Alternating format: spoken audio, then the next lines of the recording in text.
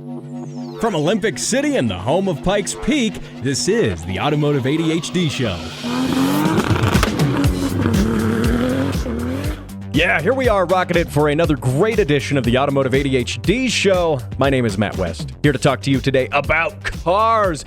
Oh man, I have a massively loaded show, and I'm going to be changing up the show's format a little bit today. I have a very, very special guest. I want to be able to give them as much time as possible, and also I don't want to keep them waiting too long here. So we're going to kind of break things into two segments. Normally I do the show in three parts. We're just going with two. So in the second half of the show, I'm going to have my special guest, by the way, who's an entrepreneur, a business owner, runs a detailing business, and he's a TikTok creator who's been viewed literally millions of times, and he might also be an R34 owner. So this is really cool. You got to stick around for this interview. And before that, going to be hitting on some other quick topics like Subaru, how they are officially not going to do a new WRX STI. The new WRX came out. There will not be an STI version. Also, going to talk about the next biggest crime on the rise. Not catalytic converter thefts. It's worse than that. And then, of course, some fun stuff about Acuras and manual transmissions and why we're winning with the manual transmission game. And it's all good stuff there. So without further ado, ladies, gentlemen, Skyline R34s, let's talk about that Subaru WRX real quick, okay? So the new WRX came out months ago to much criticism for its plastic, terrible fender flares. I don't like how they look. Subaru says they're for aerodynamic purposes, and my opinion at the time, you could hear me talk about it on this show back then as well, a few months back. But my opinion is, what aerodynamic benefits are you seeing on a 200-some horsepower sedan? I mean, come on. It's whatever. But, everyone said, no, it's going to be okay. It's going to be okay because we are holding out for a WRX STI. Of course, STI being the top trimmed Subaru models with the most power, of course, the big wing, all the good stuff. And Subaru, though, has said in a statement that there will not be an STI version, and they're not even just delaying it. They said because of restrictions, and here's this, I'll quote this. They did an interview with Road and Track, and hat tip to Mac Hogan at the Road and Track for this. Subaru, they're one of their public affairs folks, said, quote, if we designed a new STI now, it would have a very limited shelf life. Going on to say the regulations are changing so quickly that it wouldn't make any sense. Now, that was actually the director of corporate communications, Dominic Infante. I'm bad at those last names. But anyway, that's what he said. He knows his stuff with Subaru. Let me just throw that out there. And by what they mean by that is that they are expecting a oncoming onslaught of regulations that are emissions regulations that are going to make the STI not a thing that they can sell, which is tragic. I know the Subaru guys are going to be going around. They're not going to have new STIs to drive around in while they're vaping and whatever else it is Subaru owners do. Does the vape juice, like doing the whole vape thing, does that just get them ready for that maybe gets them used to seeing smoke, the inevitable head gasket failure, ringland failure? I'm just kidding. I love Subarus as well. I'm sort of a closet Subaru fan. I like to clown on them, but gosh, the WRX, especially if you rallied one, not enough people rally those cars. Too many people stance them out, and too many people even do grip and track racing with them. Those cars need to be on the rally. That is my official opinion. They're great cars. Despite all the memes, they're fun, and no STI version is on the way. They are saying that the STI may return as a plug-in hybrid. Yeah, none of us want to hear that. But they said, I get this, right? From a corporate standpoint, it makes sense. They have to They have to be able to, sell this car and, put all this money and design and effort and resources into designing a car and selling it. And they need to return a profit on that car. And honestly, if the car's life cycle, because, new emissions regulations are coming in a lot of countries, if the car's life cycle is too short for them to actually turn a profit on the vehicle, at the end of the day, Subaru, like everything, is in the business of making money. So, we'll see. That said, the STI brand still exists. A lot of the JDM cars have STI versions of not just the WRX, but all of Subaru, not all of their lineup, but a good chunk of their lineup in Japan, at least. Japan getting all the cool stuff. They do have STI versions of different vehicles. So anyway, moving on to some other stuff, perhaps cooler than not getting a WRX STI is manual transmission. So get this, the Acura, the new Acura Integra, by the way, overwhelmingly, it came out, I talked about it a little while ago, and one of the big selling points is it has a manual transmission and VTEC. How cool is that, right? Well, overwhelmingly, the orders are in, and over 70% of orders have been optioned with a manual transmission. Over 70, yeah, and that's incredible. That's incredible. So, because you look at the manual transmission sales in this country right now, and they are, abysmal. They're terrible. Manual transmissions count for single digits as far as percentage-wise of new cars sold, except in that new Integra. Everyone is sold on the Honda manual transmission. They have historically been they have made one of the best shifting transmissions, whether it's their front-wheel drive cars, whether it's in their S2000, the NSX.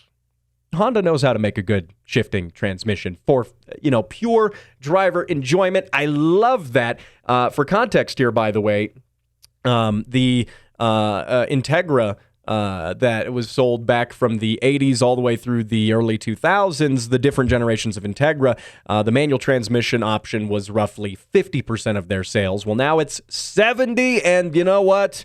That means we are winning. Yes, we're winning at this. Absolutely. So there you go. Now, I know I'm getting through these topics fast, but that's because I got my guest. He's coming up. So before my guest here, this is something that that's been hitting a little close to home. Last week, I talked about my mother having her catalytic converter stolen off of her vehicle in broad daylight, and good for her. She chased the thieves off. She did a good job there, but not before they got one of the cats. And now the next thing, and you may have seen this on your local news affiliates or wherever, gas tank thefts. Well, not the thefts of the gas tank, but rather the fuel in the tank, with fuel, especially in areas like California that are soaring past $7 a gallon. The thing is, it's getting popular to steal gas, and people have been stealing gas for decades. That's why modern cars typically have, anti-siphon, filler necks and all sorts of things, going to the gas tank. Well, because of all the anti-theft measures that have been implemented in the past with, with cars, locking gas caps, all of the above, right? Well, with all of that has come. Thieves are now just drilling into the gas tanks. They're bypassing all of it, going for the soft plastic gas tanks that we have in most modern cars, and stealing the gas. Which, come on, my take on that, right? If you're gonna steal gas, come on, man, steal something that doesn't cost me so much more money. And it's not that gas is expensive, right? Maybe you got $100 worth of gas in that tank. The fact is, replacing the gas tank can be thousands of dollars. See, this is what gets me, right? I don't like criminals in the first place. But what gets me is that they are benefiting maybe $100. Maybe if they do it in a night and they're hitting a lot of them, they're getting a couple $100. Yeah, if you're selling meth, that's a pretty good deal. But you're costing the people you're stealing from thousands, and you as the criminal don't even benefit from that thousands of dollars. At least the guy stealing catalytic converters, they're doing equally thousands of dollars of damage to vehicles because cats are expensive. And, if you take it to a shop to have it installed as well, it's, I believe the insurance quote my mom got on her vehicle that had the cat stolen was like $3,000. It's not an insignificant amount of money. And, but the thieves who are stealing cats, I'm not defending them here, but at least they're a little smarter in the fact that they're profiting, a good amount of change on those catalytic converters when they sell them, when they resell them. And the gas thieves? No, they're getting like $100 and causing thousands of dollars of damage. But you know what? The solution to this, I haven't seen a good solution, which, from, all these law enforcement agencies are saying, well, lock your gas caps. It doesn't matter because they're drilling into the tank. It doesn't matter. But the true solution, and the stance guys have had this right all along. If there was one thing the stance dudes were right about, am I saying the stance dudes are right about anything? Oh, I am. They are right about this. And that is, if your car is too low to get underneath, they can't get your gas. So for once, the dudes with, like negative 10 degrees of camber and airbags and all that crazy stuff, non-performance parts, for once, they're winning. And I hate to say it. What a world we live in that the stance guys are winning at life by not having their gas stolen. I don't know. All you got to do, though, keep your head on a swivel, watch out for that stuff. And you know what? We are going to move on here. I got a really, really exciting guest. He has been viewed millions of times on TikTok. He's a business owner. He's coming up right here in the next segment. Every day, thousands go without the ability to buy necessary and life-saving parts. Parts like turbos, coilovers, and wheels. I'm Steve, turbocharged BRZ. It doesn't run because I can play with my connecting rod through the hole in my block. Project cars sit unfinished, waiting for parts, collecting dust. My name is Todd, and I bought a rotary. It's okay, bro. We'll swap it.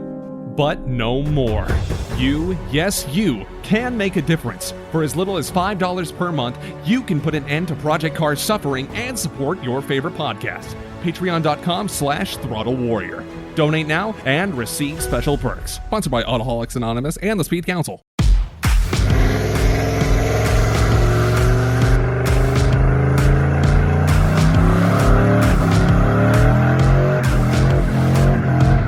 Oh, yeah, that is Brad Stapp's turbocharged Chevy Silverado with an LS and ripping a mad burnout right there. Now, of course, if you would, like Brad did, if you would like to send your car sounds into the show for a chance to be entered to win a Automotive ADHD keychain and a $25 gift certificate to your favorite auto parts store, you could do that. I draw those winners at the end of every single month. Now, by the way, Brad assures me that burnout was done, on private property. So just making sure we're all good there. Don't get yourself in any trouble, by the way, sending car sounds into a podcast. Come on. If you do, by the way, don't blame me, but also I need to know what the police officer's reaction to that excuse is. Please, for the love of God, you have to tell me that. Now, anyway, I don't want to keep my guest here waiting any longer. So without further ado, my next guest is someone who is an entrepreneur who started his own auto detailing business at the age of 18, now with a full staff of employees. Now, he's also been featured on television news. He's a successful TikTok creator with nearly 10 million total views, and he's an R34 Skyline owner. Sebastian Wolfgram, welcome to the show. Thank you for having me. I'm excited to be on this. Yeah, I appreciate you coming on. And we're going to go deep into your business, Show Car Auto Spa. But I also want to talk a little bit about you. You're 18. You're a car guy. Where did you get your start with cars? Yeah, I pretty much was like 15 years old. I was wanting my first car, and it was actually a Jeep Cherokee XJ. My girlfriend's pretty much family in a way.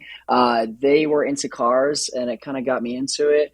Also, just a few other friends kind of introducing me to cars, if that kind of makes sense. And I started just liking them. My first car that kind of brought me into the scene was a Chevy 454 SS short bed truck from the 90s. Nice. It was in 1993, and that truck made me fall in love with cars. It was just something so unique and so fun just to drive around in. That was one of my dream trucks I wanted to accomplish in life, was to be able to get one of those, which I was, fortunate enough to be able to get.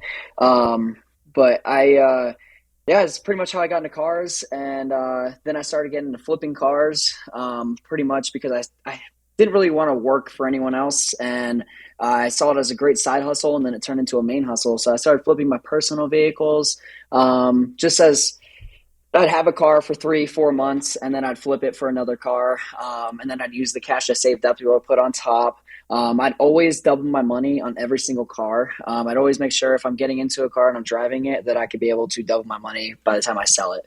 Wow. And then crazy stuff. I mean, making money on cars is a really hard business. That is tough. I'm really good at losing money on said cars, but luckily that hasn't happened yet. But I've gotten very fortunate just to be able to score some deals.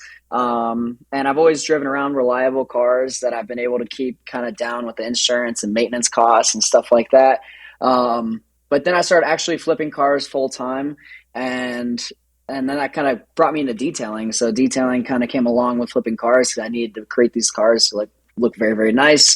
So detailing came along, and I decided to turn into a full-time business and actually hire staff, because you can't really scale flipping cars unless you open a dealership. So I decided, hey, let's turn this thing into a full-time business and see where we can get with it. absolutely, that's awesome. So your detailing business kind of came out of necessity then, right? Because you weren't just like, I'm going to start a detailing business because I'm going to do that. That came out as a need because you were selling these cars and you needed to detail them too.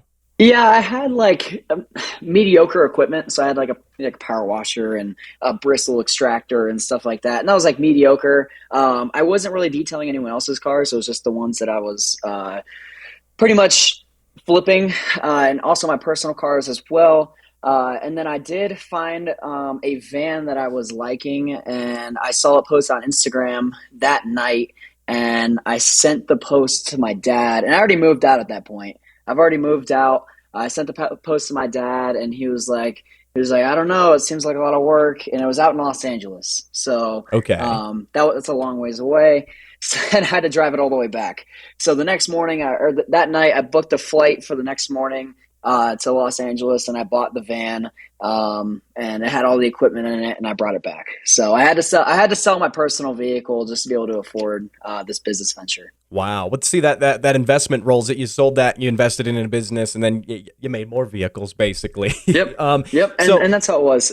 Well, and to clarify too, I didn't mention this earlier. You're running a mobile detailing business. Yeah. So you've got your van, and everything is out of the back of your van, and you're able to go to clients' houses, so they don't have to come to you. Now, was there any, aside from, just getting the van, was there any other kind of business reason you wanted to go with mobile detailing as far as like maybe overhead goes and other things like that?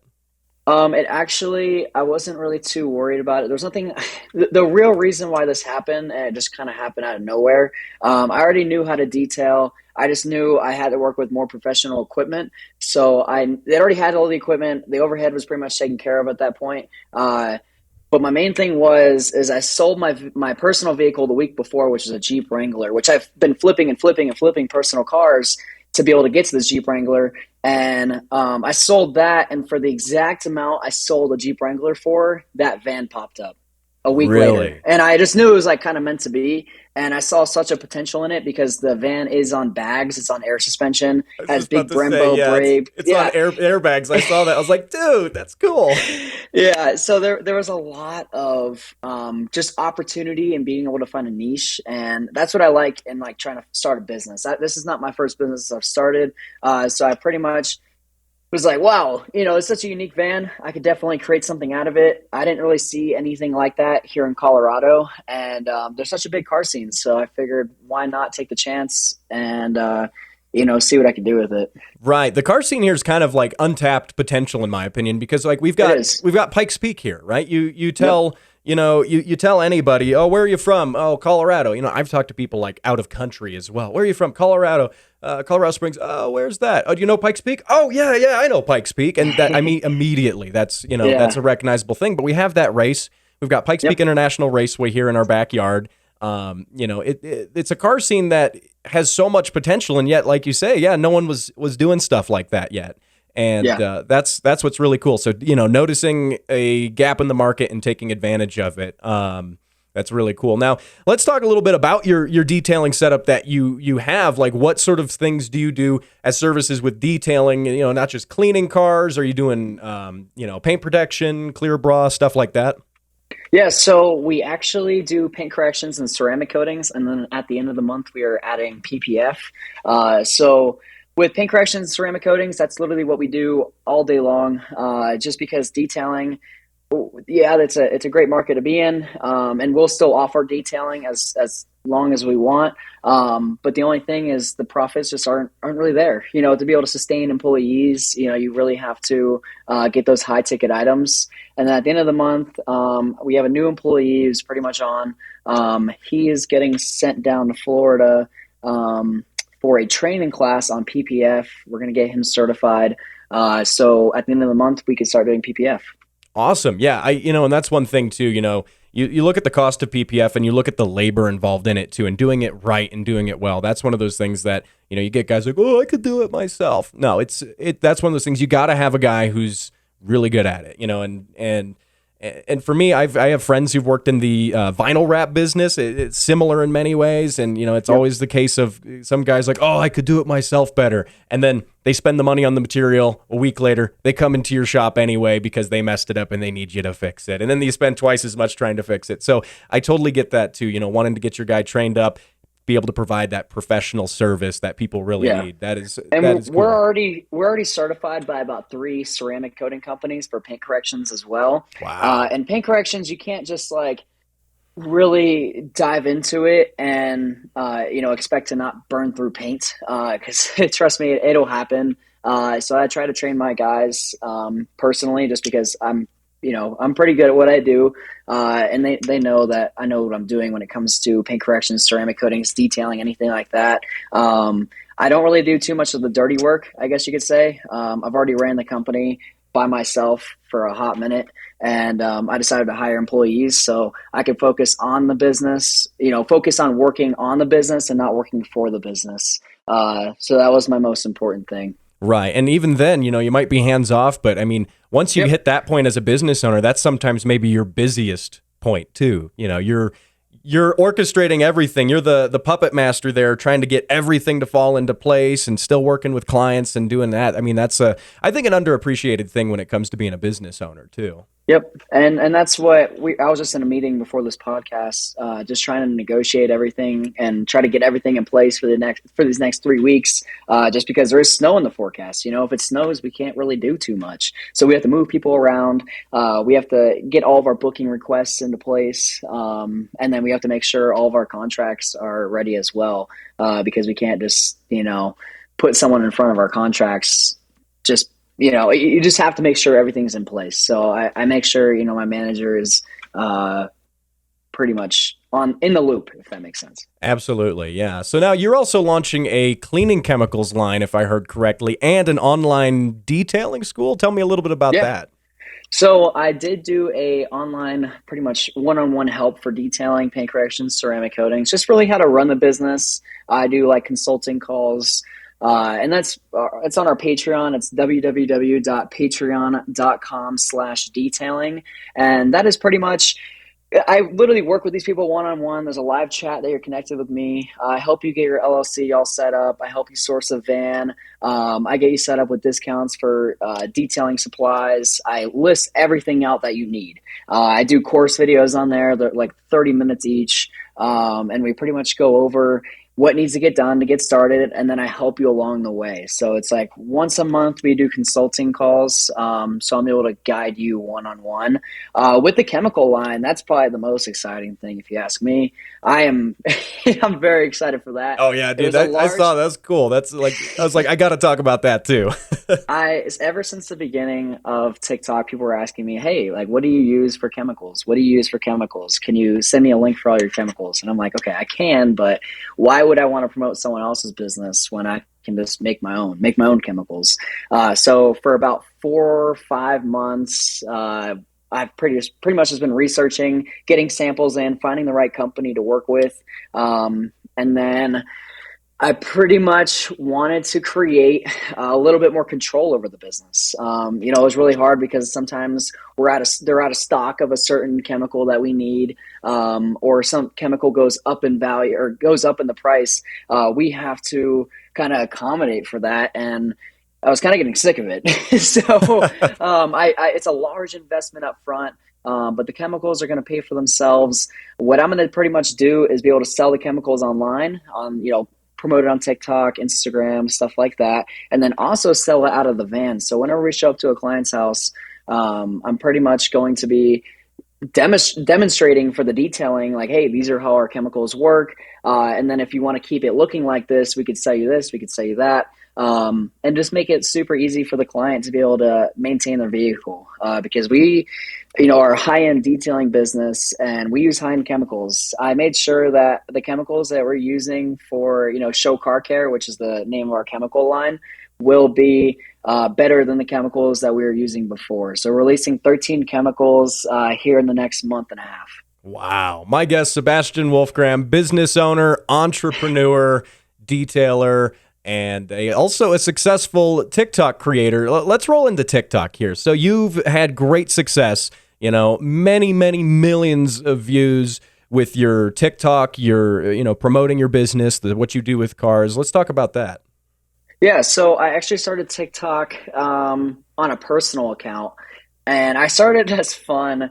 I think it was when I was like 16. Yeah, I was 16 years old. I started just for fun, and I amassed right around 1 million followers within just a few months going on TikTok. And I sold that personal account just because I didn't really like where the account was going, and I wanted to create like a business TikTok, if that makes sense. Right.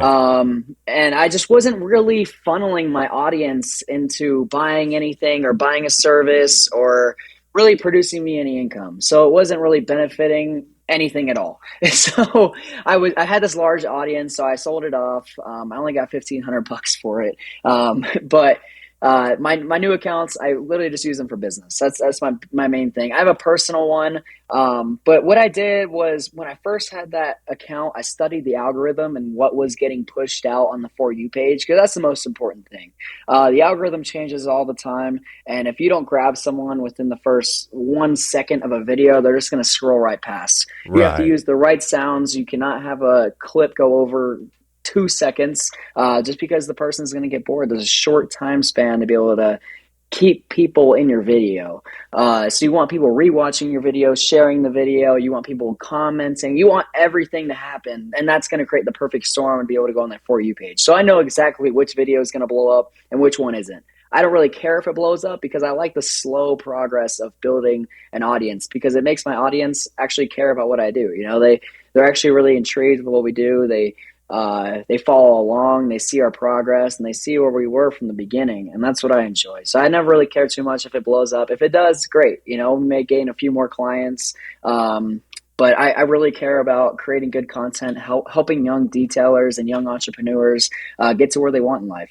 Awesome, man. That is so cool. And, again, too, I mean, the fact that you've built this sort of detailing empire, right? And you're a young dude, right? You've got your peers, they just graduated high school. They're trying to figure out, what to do. Oh, do I want to go to college and do this major, that, and whatnot? And here you are with a business, and how do you think your mentality is different when it comes to that? Because you need that commitment. You need that, dedication to what you do. How have you done that?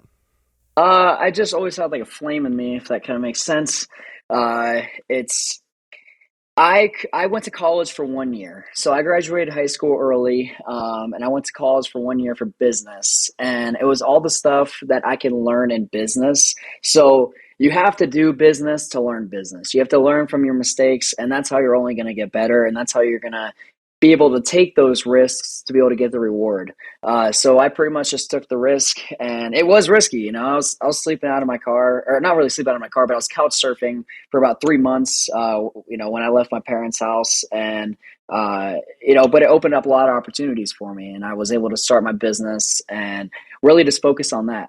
But yeah, when it comes to other peers, I'm not going to say not go to college, because, if you want to be an engineer, if you want to be a doctor, if you want to be a lawyer, go to college. If you just don't know what to do with your life, it really depends on everybody's situation. I'm not going to say not go to college or go to college, because education is key. And even though I didn't go to college, I'm still educating myself every single day on something new.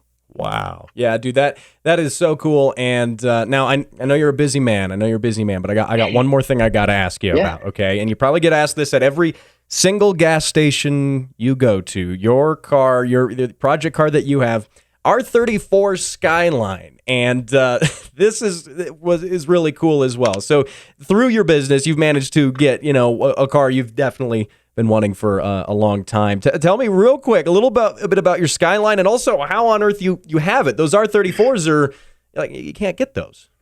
Yeah, so it was actually my girlfriend's family. Like I said, they had some cars, and they got it here in the States, and it was already here in the States from a private collector / museum down in Southern California, where they bought it from. So it was here. They never drove it. I was the only one that really was interested in it. So I started my business 2 days after I bought the business out of LA. I went to them and bought the R34 with cash. And it was just something that I was wanting. At that point, I wanted it to be able to use it for the business. I wanted to be able to promote, be able to meet people like for connections, go to car shows, and be able to really just expand my business further than what even just a van can do. And the back detail van just on top made it 10 times better. I was going to say, those like parked next to each other. It was a perfect mix. Just everything all happened at once. I had my 454 SS as well. And I actually sold the 454 shortly after I bought the Skyline, just because I never drove it. I actually bought it and I parked it. So I didn't really have time to deal with it. So I was trying to start my business, and then 2 days after that, bought the R34, and that was probably the best thing I could have done. Whenever you have to ask yourself, right, like, should I buy an R34 or shouldn't? The answer is always yes. It was scary. It was scary. It was a large investment, but I really enjoy the car. And ever since I first drove that car, there's just something about it. There was something that made you feel good in it. And it wasn't really the attention. It was just like because the attention is always going to be there. It's insane. You go anywhere with that car and it's just nonstop attention. But when it comes to the car itself, the driving experience is unmatched. Like I got my 4Runner when I had it right after driving my Skyline, and there was nothing. I just want to go right back to the Skyline. So I just always drove it. But yeah, now it's just getting a bigger turbo, and it's going to be a little bit faster, better airflow. So it's definitely getting some work on it right now for the spring and summer. The car shows coming up. So it's going to be nice. It's going to be nice. We got the bagged van. We're going to be sponsoring a bunch of car shows this year. I'm being a guest speaker at a few schools for business and, what I do exactly. So that's exciting as well. There's a lot of stuff going on, but and a lot of things, that are kept secret until they come out. So there's a lot of upcoming things, and I'm super excited. A lot of people would think, hey, this kid, he started with, he probably got it from his dad. He probably got everything from his dad. It's daddy's money. That's what everybody says on TikTok. But that could be farther from the truth. If I'm going to tell you a little bit about my story, January 1st, 2021, I had $100 in my bank account, and I only had my car, and I was sick of it. I texted one of my friends a picture at 6:30 in the morning of me grinding, just starting to flip stuff. So I took that $100. I started flipping Xboxes with it. So I turned that $100 into $200, that $200 into $400. Then I started buying weight sets because I knew they were in high demand. So I bought all the weight sets I could, and then just started flipping those. So I bought them for $35 at Walmart and sell them for $200 on Craigslist and Facebook. And I bought every single one in the city. Wow. So that was something I did. And I wish people, would understand, like, hey, not everything is going to come from your dad. Not everything's going to come from your family. So I started doing that, and I started flipping cars not too long after that. And then I was still flipping electronics, still flipping weights. And I grinded for 6 months to where I can set myself up with a little bit of capital to be able to leverage it against other things as well. So that was my big thing, was I wanted to be known by doing it myself. And all my friends know, all my family know, like, it was all just me wanting more than just what I had at that point. And, they all know I started just by myself. I just did it. And the thing is just starting. Most people don't know how to start. And the best thing, the only thing I knew my whole life was flipping stuff. I flipped sneakers, electronics, whatever I could flip. I just knew flipping could make me money. So that's why I was like, all right, I'm going to quit my job and go flip stuff. And then it just turned into other things. That is awesome. And that's a total inspiration too, man. Like, that's one of those things, being a self-made entrepreneur, Yep. it's an incredibly challenging thing. And it's an amazing seeing someone's success paying off. Now, the only other thing I got to ask is, where you've reached a point where a lot of people would call what you have reached already success. Like, that's the end goal. You're there, but knowing what you just said, you got more in the works. What's going up from here? What's up for you from here? So when it comes to success, I feel like I'm only in the beginning. I don't even think I've reached 1% of where I can get to.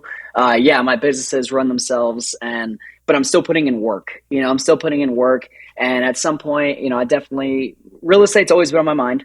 Real estate's always been something I've been wanting to do. But it comes down to me being super young, trying to get the credit that I need. So, when I was 18 years old, I got my first credit card. 6 months after that, I got, my second credit card. And then I increased the value, or not the value, but the credit. I did a credit increase on the first one. And then when I turned, 19, I got my first auto loan. I just turned 19 like the other weekend. So, oh, hell yeah. Well, hey, happy belated birthday too. Thank you. So, and then hopefully in the next year, just by having that auto loan, and then my good proof of income and a good down payment, I could definitely get into a house. And I'm already in my first house and I love it. And I'm very fortunate to be able to get into it. But definitely a second house to be able to, rent out for Airbnb and then just build a real estate portfolio off of that, get into commercial real estate. And that's just what I've been wanting to do, is just invest in real estate, invest in different companies, start different companies. I don't think I'll ever just be sitting back and relaxing, because I just enjoy this. People are like, why don't you find a hobby? And I'm like, I'm not who I am today. I turned hobbies into businesses. Right. You're like, man, my work is my hobby. Yes. That's and cool. If there's any hobby that I have, I always try to figure out how I could turn it into a business, because obviously other people have the same hobby, whether that be detailing, whether that be having a clean car. Because if someone has a detailing hobby, then they could buy my chemicals. If they love their car being clean, but they just don't have the time, they call me for detailing. If they call me for a paint correction, they call me for a ceramic coating. So success, I guess, will have to be me not working and just having passive income come in. So that would be the greatest thing. That is the dream. And before I let you go, are there any other cars on your radar, by the way, like that you really want? You got an R34, like that's pretty cream of the crop. What else? Someone gave me like an insane offer for the R34, and oh man, I started looking at Lambos, but I have exquisite taste, so I'd have to get like a Ferrari. A Ferrari. It would have to be a Ferrari 488 Pista. All the Lamborghini fans just tuned out, like right there. No. I love Lamborghinis, but definitely a Ferrari. If I ever had to get like another car, like a Ferrari 488, I'm very frugal, so it'd have to be a really, really good deal. And it'd have to be pretty much an investment at that point. But a lot of JDM cars, a lot of exotics, yes, people can say, oh, they're going to crash soon. But the demand, the supply and demand is still there. So it all depends on really what comes up next. I have the Tacoma, I have the R34. I think probably a Ferrari. I think a good entry level Ferrari would be a naturally aspirated 458. Hell yeah. I love the body lines of the 458, and then I can move up to a 450 or a 488. So we'll see what comes along. If there's a deal in front of me, I'll definitely have to think on it. So, but no, I'm investing into my businesses. That's my one thing, is I'm very, very frugal. So I invest all my money right back into my businesses. So it won't be for a hot minute. That's the way to do it, though, and it'll be even that much more rewarding when you get it, though, after that point. Yeah. That'll be good. Well, hey, follow him on TikTok, Instagram, Sebastian Wolfgram, and Show Car Auto Spa. Now, Sebastian, I would love maybe in the future to extend an offer for you to come back on the show as well, and maybe we could dive into some details of like detailing, the details of detailing, but dive into that too, maybe provide some insight to, the my listeners here a little bit about what you do in more specifics with the car detailing and that stuff too. That would be a great thing. If you'd love to come back on, I'd love to have you. All right. Thank you. There you go. Sebastian Wolfgram, my guest, and maybe I need to reach out to him for some auto detailing services on my terrible, terrible cars. I don't know. I'll have to ask about that next time he's on the show. Now, hey, I want to remind you, by the way, to send in your car sounds, of course, to the show for a chance to win a $25 gift certificate and the Automotive ADHD keychain, which, as it happens, I do have one right here, and it not only attaches to your keys, but it also tells your friends that you have questionable tastes in podcasts. So if you'd like to do that, facebook.com/automotiveadhd. And of course, you can email me, matt@throttlewarrior.com. And last thing before I go, I want to remind you that you can get early access to this show by subscribing to the Patreon, and you can hear it on the radio, 91.7 KLZR, voice of the Wet Mountain Valley. Now, I want to thank you for joining me on this special edition of the show, and I will see you next time, same place, when I run my Ferrari in reverse to get the miles off. I'll see you then.